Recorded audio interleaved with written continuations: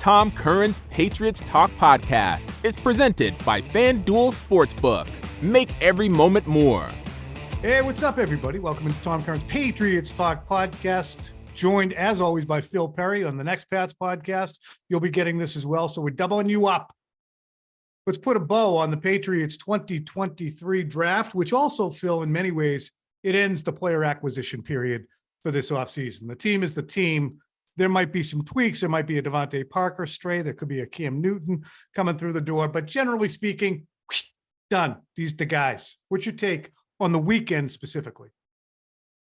I thought they got two players that fit them in a variety of different ways. They check a lot of boxes for them in the first and second round.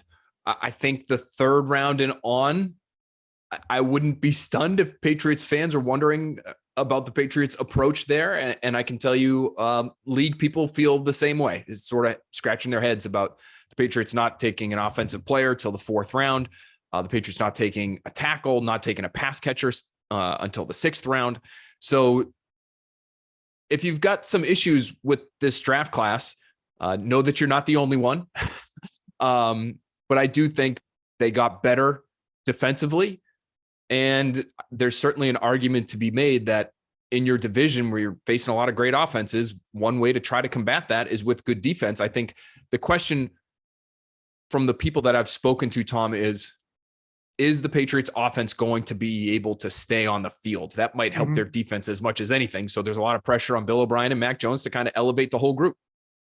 And that's what I think is going to happen. My take is basically home run with the first pick. You hit a double with the second pick because I don't know whether or not Keon White's going to be able to be an active contributor and play more than 25% of the snaps in his rookie season. But that's fine. He might have a lot of pertinence later on. After that, though, it's pretty clear that they didn't love the board and they were kind of reduced to throwing darts. So from this draft, you get one player who's going to be on the field a lot, which either says they loved their roster or hated the draft, or maybe both. And as an aside, when you have Marte Mapu, who is a hybrid linebacker safety from a very small school, Sacramento State, which means he's virtually unproven against quality competition, who's coming in with a pec injury that is absolutely going to cost him some reps and development during his first year. And you're bringing in this player in the third round, regardless of how much you like him, you're bringing him in at a position that's absolutely stacked.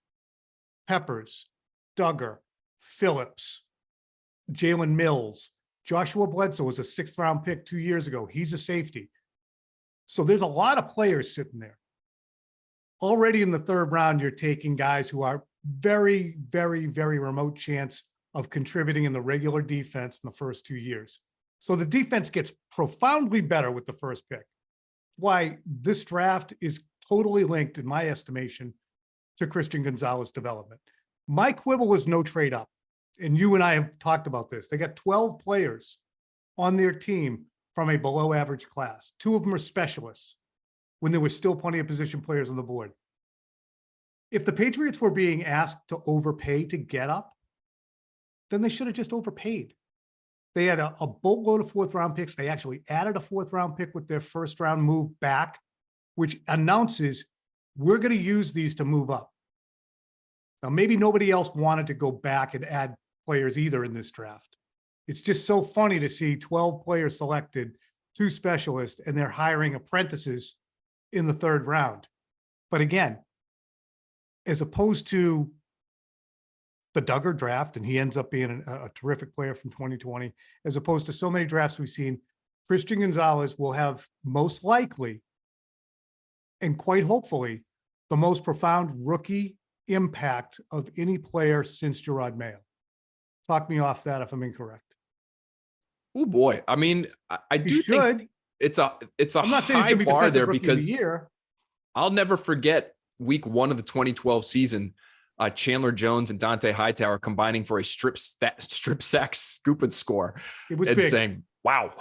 And then they went silent for a bit. They did. And you listen, for the Patriots to really knock it out of the park as much as we think they did in this draft, Gonzalez is going to have to be a consistent performer and to me be a starter really all year long. And I think with him, the nice thing is, even though you're expecting him to do that now, he's 20 years old. He turns 21 in June. he should get better and better and better over the entirety of his rookie contract. We're saving a lot of dough because that's a really expensive position to try to fill in free agency. And that, to me, Tom, again, to get back, and I don't want to harp on this, their day 3 approach necessarily, but it's their round 3 through call it just the round 3 and 4 approach. Like, by the time you get to the 5th, 6th, and 7th rounds, to me, you're not talking about players that are in all likelihood going to make the roster. That's usually where you're really letting your darts fly. But in the 3rd and 4th round, those are valuable picks, and you should be able to get players that are on your team and contributing in some way, shape, or form there. But when I look at the players that they did take, you're talking about interior offensive linemen. You're not saving a lot of money there by having rookie contract guys as opposed to veterans. That's not a highly paid position, generally speaking. Same with safety. And to your point about throwing darts because they didn't like the talent there, I agree with that. And we've been hearing that for months, that this just isn't a very good draft, first round, or the depth of the draft, excuse me. But wouldn't you then, Tom, wouldn't you want your darts to be at more highly valued positions? Yeah. Like, wouldn't you want your dart to be at receiver or your dart at tackle as opposed to your dart on a really safe position? Like, I'm sure all these guys are pretty safe, are going to be NFL players, types of interior linemen, but I just don't know how that impacts your team. I think that maybe the likelihood they view as better. We take 3 interior linemen, Jake Andrews, Mati, is that how it's pronounced? Antonio Mafi. And City Sow. City Sow. You get 3 interior linemen. One will hit on when who's going to be up. You always need offensive line depth anyway. One of these guys will hit. We will get reps out of this guy. Whereas there would be wide receivers, because there's a finite number of spots out there, that would never be able to use some of these guys. I'm just perhaps parroting the logic that they might have used. You mentioned earlier when we talked, you get a Ted Karras out of the group. That's great. It's helpful. You get a Marcus Cannon out of the group, who is a really talented player who dropped because of health issues, then that's great. So I get the concept of, hey, let's just stick in this area, offensive line, because one of them is going to play meaningful snaps. And they did take the wideouts later. I want to get into those guys in a minute, but what does it say about the offense? What does this Patriots draft say about how they feel about their offense? You first. I think it's Bill Belichick saying we should be good enough here, guys. Period. Point blank, especially with Bill O'Brien in the fold. And is it at all a commentary on Bill Belichick's end, or an acknowledgement on Bill Belichick's end, that last year the problem was coaching because they haven't upgraded the roster? I mean, I think they downgraded going from Jacoby Myers to Juju Smith-Schuster. We can debate that. They did upgrade going from Jonnu Smith to Mike Gesicki, but how much remains to be seen. Bill Belichick saw last year's group, said with Bill O'Brien coming in and everybody a year older in the system, we should be fine. Yep. That's exactly how I feel. And I don't know if I disagree, because I think that Bill O'Brien is an espresso shot to the entire offense. He is going to return a team that was being literally negatively impacted by their coaching, which is probably unprecedented, or virtually unprecedented. It's probably only 3 or 4 teams in the league at any position where it's making players worse. They made players worse. So now you have somebody who's going to make players better. So boom, nice little turbo boost. I think Gesicki is going to have, given his average of 60 catches for about 750 yards prior to last year and the 3 years prior, he's 27 years old, big bump. And Adrian Clem on the offensive line with 2 tackles to choose from, as opposed to just Isaiah Wynn or Yodnik Adjust or Hunter McDermott signed off a practice squad. That spot should be better. So all those things together are better. I'm with you on Juju. He better be as good. He better be as productive. He better be as available as Jacoby Myers was, or you got worse at the spot. So I think the offense is going to be a lot better. I think they did a fair amount in this offseason, and that, I forgot somebody. Everything revolves around Tyquan. Everything. It's a 2nd round pick. If they took Tyquan Thornton or another wide receiver in the 2nd round this year, you would have been all excited, but they got it last year. You still don't know if he sucks, is pretty good, or is outstanding. But he's got to be a 50 catch, 800-yard guy, Phil. Your turn. I just wouldn't be confident in that, I guess, based on what we did see. And I know it's not much. And I know his progress was delayed by the injury that he suffered in the summer. But we saw some drops issues from him. And maybe that gets cleaned up. But he played a lot of snaps last year, and maybe it's just all coaching and coordination and spacing and all that, but he played a lot. And he didn't end up racking up all that much in the way of production. But again, year 2, give him a shot. And if he could be their down the field explosive threat that puts fear into the hearts of opposing defensive coordinators, and that's great. I just think they will. I'm with you, Tom. They're going to be a lot better. To me, how much better do you need to get to be a truly contending team? You got to be a threat to score 24 points. Can you friggin' do that? Because last year they honestly were a threat to score about 13 on offense, and then pray that somebody on defense gave you great field position where you got a special teams return where some foolishness happened. They just have to be light years better to me. And I think changing the coordinator is a big help in that regard.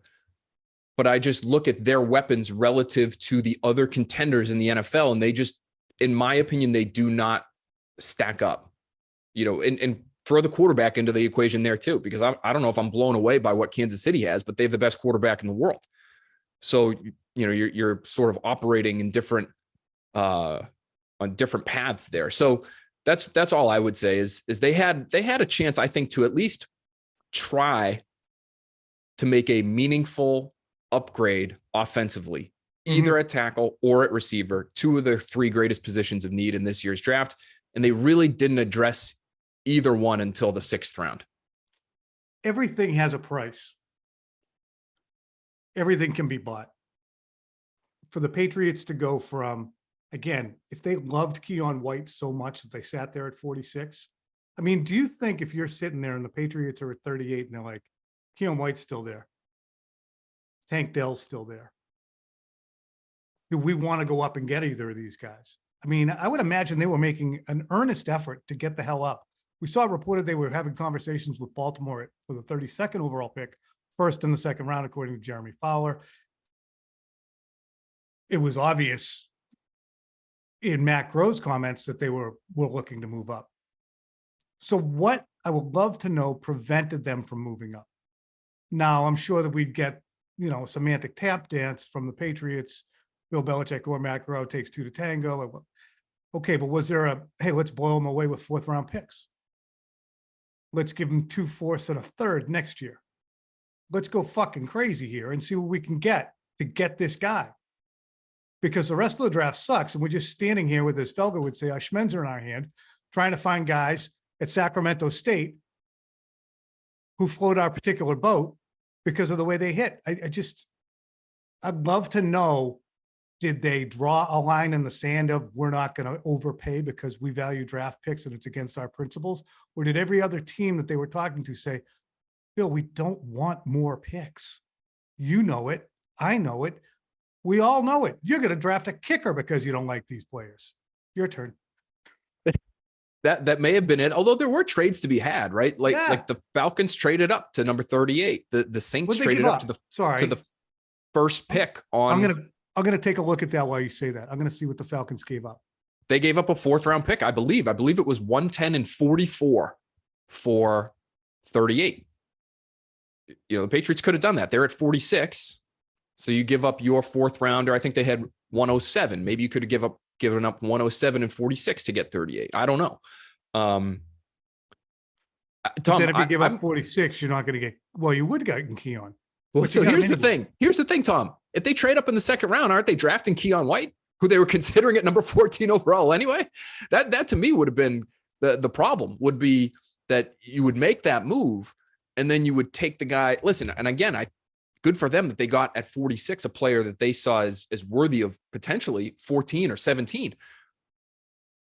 Yeah, but at 38 or at the top of the 2nd round, you could have gotten a tackle. You could have gotten your Jonathan Mingo. You could have addressed. Just start pissing them away. If you have too many picks, which they clearly did, then just start pissing them away. As you're saying, Atlanta gave up 44 and 110 to go up 6 spots. So Bill would probably say, we're giving up 4th round picks to move 6 spots. It seems like a lot. Who cares? Give it up. Get the hell out of there. What do you want to have to issue another uniform and clean more socks? You don't need the guy. but not to just get the guy you're going to take at 46 anyway, right? Like, well, that's the thing to me. They probably looked at it and said, well, it's not worth it because we like Bergeron and Mingo and Keon White still on the board, guys. You know, like, what are the odds that one of these 3 is going to fall to us about halfway through the 2nd round? Maybe there's a decent chance. Like we said Saturday night, you can't go to it's not like a casino. You can't go and cash those things in at the end of the night. You got to use them. Use them. I would have, Tom, too. And all this is it boils down to, for me, drafting for need versus drafting according to your board. And it'd be great to get somebody like a friend of the podcast here, Mike Lombardi, on to tell us what he thinks was going through Bill Belichick's head as he was looking at the 2nd round and the 3rd round. Because I'm sure Mike Lombardi would look at it and say, yeah, it doesn't look like they have a real long-term plan at tackle, which is a pretty important position in today's game. But would he tell us, well, Keon White, if Keon White's a 7.4 and your next tackle's, a 6.1, sorry, but you're taking the 7.4 every single time. And it doesn't matter. I don't care how badly you need a tackle. It doesn't matter. If the board is the board, we do all this work for months and months at a time, putting our board together. We're not going to have it up there and then look at a player who's clearly better than the tackle that you say we need and ignore the board. We're going to put all that work to the side and say, well, we've got to get a tackle, guys. Might as well just get the next best one. I would say yes. I would say yes. Go do that. Yes. Because if you don't, then you don't get a tackle. If you wait we would for the value to match up with the pick, you don't get a tackle. We would never know about Keon White had they done that. And then if Dietrich Wise got hurt somewhere in 2023 and Keon White's playing for somebody else and chewing faces off for them, Patriots say, oh, great, we have an offensive tackle who has a back issue right now. Yeah, and he might not be that good. That, to my point, is the dart throwing part of it. Like, you could have tried on a couple guys that you're not really sure about. Like, you might be sure about a guard, and there's value in that. And you might not be sure about 2 tackles. Like 2 tackles that would have been available to them. Like, again, this guy that went at the top of the 3rd round that the Saints traded up for, Nick Saldiveri from Old Dominion. And maybe he's a guard at the next level, but he's versatile. He's smart. He's tough. He's a Patriots guy. Maybe they try him in the 3rd instead of Marte Mapu. And then they try in the 4th. They go after Carter Warren, who's this pit tackle that I've mentioned before on Next Pats, that one offensive coordinator told me I liked his tape better than the 2 guys who went in the 1st round out of the SEC. But he's got some personality stuff. He's got some injury stuff. Now you've got 2 darts at a really critical position as opposed to 2 rock solid guards. That, to me, I would rather take the 2 unknowns at the more important position. Or if you really want Marte Mapu, take whoever at 76 and then start packaging your force to get back up to get Marte Mapu. It just didn't seem like a priority pick. And, I've seen Bill loves him. Daniel Jeremiah loves him. Right. Absolutely. And I'm not saying the kid's not going to be electric, and he could be Teddy Bruschi too, at a different position. Teddy Bruschi sat on the board until the 3rd round, the leading NCAA sack leader of all time until it was broken. But you could see a guy like that having an impact. But again, we're people pounding down the door to get him. And if you have this huge purse full of picks, start fishing around in it and put them on the table until somebody says, okay, great, done. Who's your favorite pick outside of White and Gonzalez? Who's your favorite pick of the remaining 10? My favorite would be Demario Douglas, a.k.a. Pop Douglas out of Liberty, who they took in the 6th round, the 2nd receiver that they took. I know a lot of people are enamored with Kayshon Boutte. Boutte, actually, is Boutte is how I've seen it. Okay, I've seen it that way, but I saw it phonetically written out, Boutte. Well, our guy Dane Brugler put Boutte, and I would be very wary of challenging anything draft related. I think Dane's from Texas. That Dane is on top of. So you're saying the twang? I think he's in Ohio now. He's Ohio. Maybe he's from Texas originally. Anyway, Demario Douglas is my guy, Tom, because there were a bunch of explosive, undersized receivers in this year's class that are really fun to watch, really fun with the ball in their hands. I'm glad they got one. And to me, Douglas is very capable. I don't know if he's not Zay Flowers to me, but he could give you a little bit of an electric Marcus Jonesian kind of presence offensively, but more consistent on the offensive side. Speaking of Marcus Jones, quick veer. Because the Patriots are still without a third down back, and it was rumored, I think Albert Breer said that the Lions were concerned the Patriots might move up to get Jameer White. Gibbs. Correct. Gibbs. Just study harder next year, Tom. Just study harder. That being the case, Jameer Gibbs was an electric third down back, kind of hybrid, the second best running back in the draft, taken way earlier than anybody thought. If the Patriots were concerned about or thinking about taking that, that shows you that they have still an interest in getting a third down back. If you go back to 2019, that's the last time the Patriots had a true slot that we're familiar with here, and a third down back who was electric, and that was James White. And the Patriots garnered about 70%, look it up, of their offensive production from those two guys. And since then, they've had no true slot. Edelman, of course, got hurt early in 2020, and James White Cam couldn't find him, period. Just almost got him killed out there, throwing it before, over, under, through James White. So the Patriots know that they want to get better as a third down back and get an electric player. They didn't do it. All that said, that leads us to their most electric offensive player last year, Marcus Jones. Do you flip his ass over to the offensive side even more readily this year? I would. I don't think they will. I think they want him on defense and consistently there and not having to function like a high school football player who plays both ways and have him on his feet for 60 minutes of an NFL game, because he's not only offense and defense, but he's special teams too. It's just asking too much of a guy at that level. I think they want to see what he can be as a full-time defensive and special teams guy. And so that's what I would anticipate, even though I would say, hey, guys, offense is kind of more important in today's game. And if he's an electric playmaker on the offensive side, you might want to try him over there a little bit more. Yeah, it's not how we do things around here. I think that's really becoming those 8 words.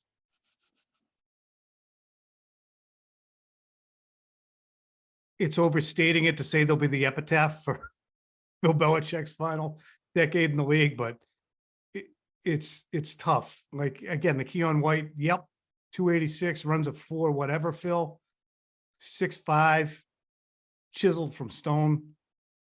But is he going to play more than 30 or 40% of the snaps? And what's the overall production going to be? You got a kick-ass front. Judon, Barmore, Uche, Devon Godshaw. Now you have Keon White, Lawrence Guy can play, Carl Davis can play. But it's interesting to look at that group and think to yourself, it's an anachronism. It's one of the best defensive linemen in the league, he's saying last year on Devon Godshaw. And I don't know how many games Devon Godshaw altered last year. I mean, it's nice, but it's like having a fucking phone booth in your front yard just so you can say you have it. I mean, people would have died to have one of these phone booths back in the day. Is the phone functioning? I mean, look what I have here. Bill Belichick's working off of this. Yeah, we got an unbelievable. How about, I mean, I know now we're sidetracked, but we're talking about old school football and Marcus Jones. And how about the special team stuff, Tom? Like, do you know they have, if that's more, it goes the way, stuff. If it goes the way I think it could, by the time they start the season, they could have 11 or 12 players who are special teams only guys on the roster. They drafted two more obvious ones in Ryland and Behringer, right? The kicker and the punter. Amir Speed is special teams only, is my understanding. Same with Isaiah Bolden, who was their last pick, who's a kick returner extraordinaire out of Jackson State. So there's 4. Add that to Matthew Slater. Mapu's first relevance will be on special teams. I'm not even counting him, but let's do that. Let's count Mapu. Let's count Matthew Slater and Cody Davis, who are back. Let's count Chris Board, who was re-signed to be a special, or not re-signed, but signed to be a special teams ace. Brendan Schooler is a special teams ace already. DeMarcus Mitchell was special teams only last year as a rookie. I think Nick Joe Cardona. Joe Cardona. Tom, I think there's a Nick chance. Folk, Here's what one person told me. punting guy. One person told me after the draft, don't rule out Bill Belichick keeping Nick Folk and having the rookie kicker, even though you spent a 4th round pick on him. Because if the rookie kicker is not as consistent as Nick Folk, we know Nick Folk is Mr. Consistency when it comes to the field goals. He just can't do the kickoffs. Don't rule out Bill wanting to keep a kickoff specialist on the game day roster, which would blow me away, Tom, to have a 4th round pick used in that way. But Folk's been so good. He's been one of your best players. And now you're just going to replace him with a guy that you know a little bit about, you know enough about him to draft him in the 4th round. But now he might be a kickoff specialist for you in a game where kickoffs are, I would say, last year's season finale aside, less impactful than ever before in the history of the league. They're trying to kill the play. They're actively trying to murder the play. The NFL is. And the Patriots are drafting and selecting and signing more and more people to cover the kick. It's a lot. It's a lot. You impressed that I had this in my... Yeah. Is it plugged in? Does it work? If I plugged Can you make a call? I'm going to try. Can I call cell phones with a dial-up phone? Call Bill Belichick. Can you call cell phones with a dial-up phone? I don't know. Yeah, of course. Okay. I'm going to call you after. Who's your least favorite pick? Oh, can I give you my favorite pick? My favorite pick is punter. Because in Bryce Behringer, the Patriots select a guy who, I love this story. He tried to walk on, quote, multiple times in college. When he finally did walk on and they had to move on from him, release him from the team, he worked as the team photographer until he could regain a spot on the team. That's grind, ladies and gentlemen. That's what you want to teach your kids. That's resilience. I love that pick, Tom. Guy's a big leg too now. It's like a 5-second hang time guy. Phil just hung a little bit of NFL coach speak from circa 1990, 2000 on you. Got a big leg now. Big leg now. He's gonna put a hit on you now. Listen, maybe put a hit on you now. This helps erase all. Although if they end up going with 2 kickers, the memory of Jake Bailey will not be erased. I think they're chasing the Jake Bailey loss, Tom. You needed a kickoff guy and you needed a punter, and they drafted one in 2 separate bodies in this draft class. They actively ruined how many players? Well, I don't know if Jake Bailey was actively ruined. I think he had a hand in that. I mean, Jake's explanation is that he was actively ruined. They said, let's start doing squats and hamstring stuff and everything else. And he couldn't punt anymore. Had a back issue. Phil is holding his breath. I'm not going to ask him anything else on this, but I can tell he's bursting. Listen, I mean, know your body. Don't keep squatting if you're hurt. Or don't keep playing if you're hurt. If you're hurt, you're hurt. Stay out. It's not how we do things around here. I'm not even going to bother with least favorite pick. Players who will be lamented. I have a small list here. Jonathan Mingo, Ole Miss wideout. Josh Downs, he was on the board when the Patriots drafted at 76. North Carolina wide receiver. Tank Dell, who went way earlier than we thought. I loved him because of his scissor move at the Senior Bowl. Musgrave, the tight end. The Patriots do not take a tight end. They could have gone up for a tight end. Bergeron. That's the player that the Atlanta Falcons moved up to get. We talked about that earlier. And broken fence post of Cody Mock. All of those could be lamented. Yeah, and Mock was on the board when you took Keon White. So, you could have had him. He went with the very next pick, I believe. Mingo and Bergeron, who I loved, you would have had to trade up for. Like I have a hard time hammering them for the 2nd round pick. So if you wanted to go Gonzalez and White, like good value, good fits, premium positions, I'm good with it. After that is where I start to, at 76, you take Mapu instead of, the tight end that I would have taken there, Tom, would have been Tucker Kraft out of South Dakota State. True Y inline blocker, but a really, really good athlete. all-around kind of guy that I think they could use still, even with the other two on the roster, because he's a better blocker than both probably right now. The receiver that I would have gone for in the third, he would not have been available in the fourth, but he went in the late third, would have been Michael Wilson from Stanford, who Ashley Adamson was on with us. She's from Pac-12 Network. She was on with us during Super Bowl week.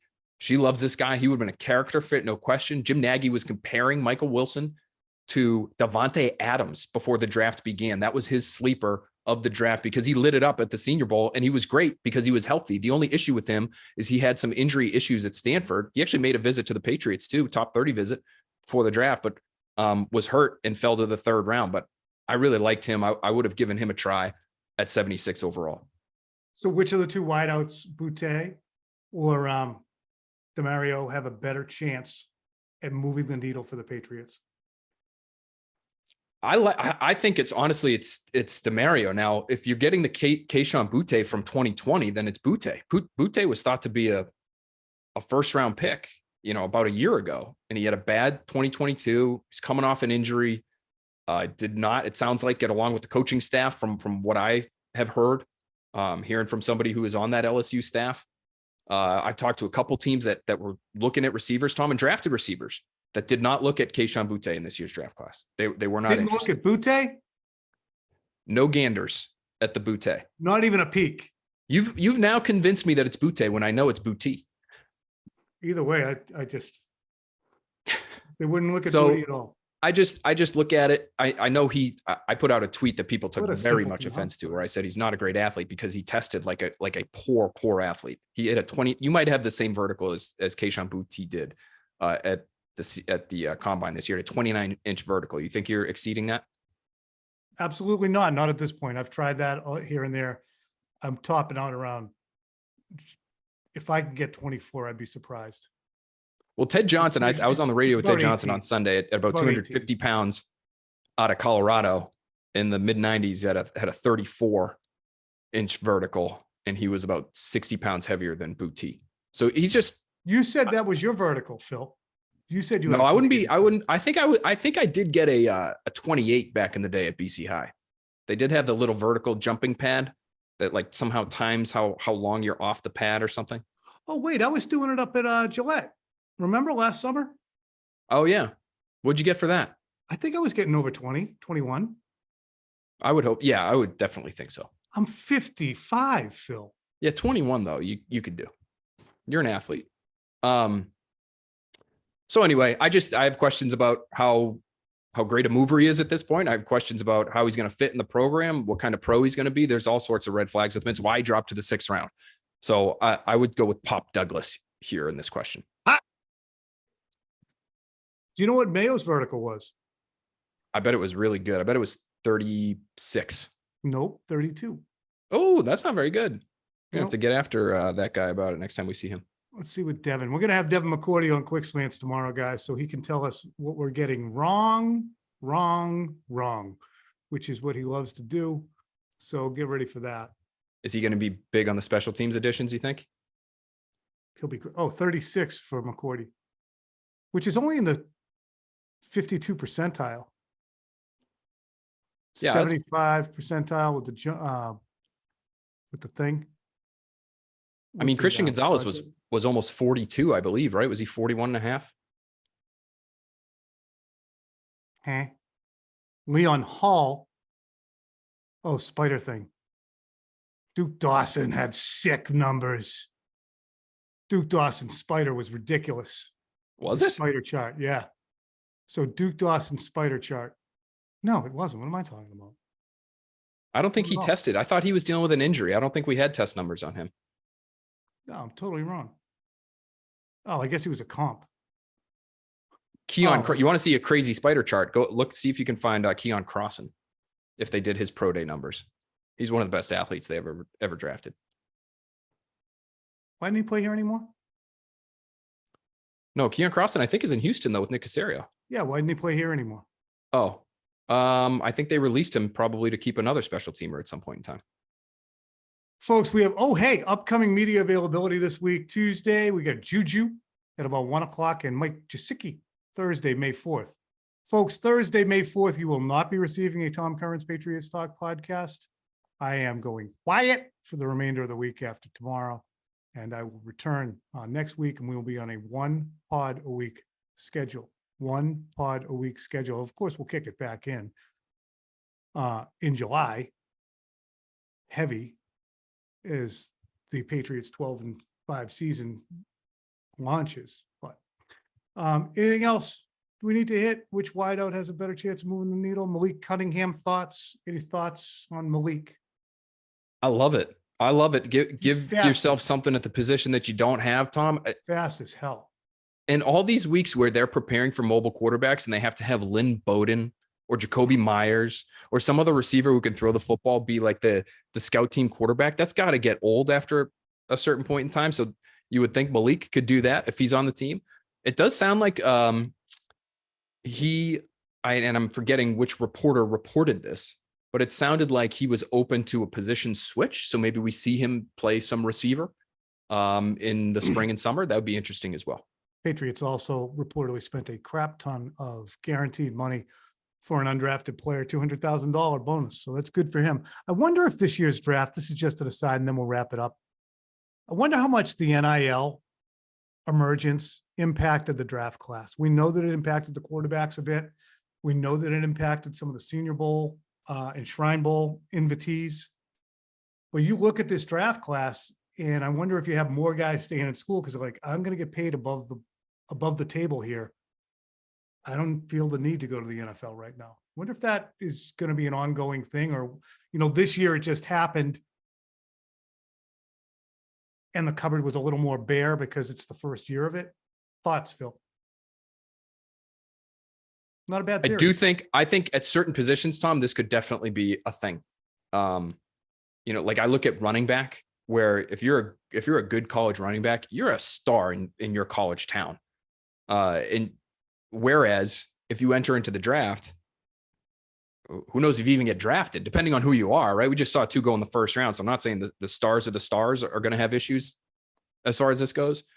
But if you're thinking about it at running back and you're getting paid decent money because every dealership in town wants your face on their billboard because you are the star of the team, it's not necessarily how the NFL works. So I think at certain positions, linebacker, running back, safety, like that, it might be a decent decision financially to stay in school if you're one of those guys. Which is going to keep some of the prospects out. Eventually they do have to come out. Maybe it's some of those 3rd, 4th, and 5th round guys who would have otherwise been in the draft this year. And that's probably why this might have been a bad year to have multiple 4th and 6th round picks. Phil, let's thank you publicly for all the work you do on the draft, the amount of immersion you do.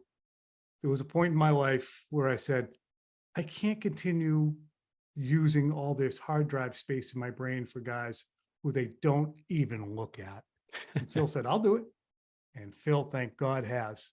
And you can go to him with anything. You can look at the Next Pat's podcast numbers. You can look at the Next Pat's podcast reviews and stars. He does an unbelievable job, and I'm lucky to work with him. Thank you, Phil. Back at you. I appreciate you. It's always it's a lot of fun for me leading up to and during the draft itself, and have had people say, man, is this just frustrating when they just take a bunch of special teams guys on day 3? And I say, no, not really. Because I do like thinking about, and maybe I should start doing this. Maybe next year is the year to start doing this. Just start doing my whole thing with the draft is trying to project what the Patriots will do. But maybe I should do what Phil would do. And then we can cross-reference after like a year or two and see how it went. That would be fun. I'm sure I'd get bludgeoned by the guys that are paid to do this, but it would be kind of fun. And I'd be able to poke fun at myself, which we're always doing at Next Pats, and we're always doing that after the draft. So I used to do the what they should do, what they will do.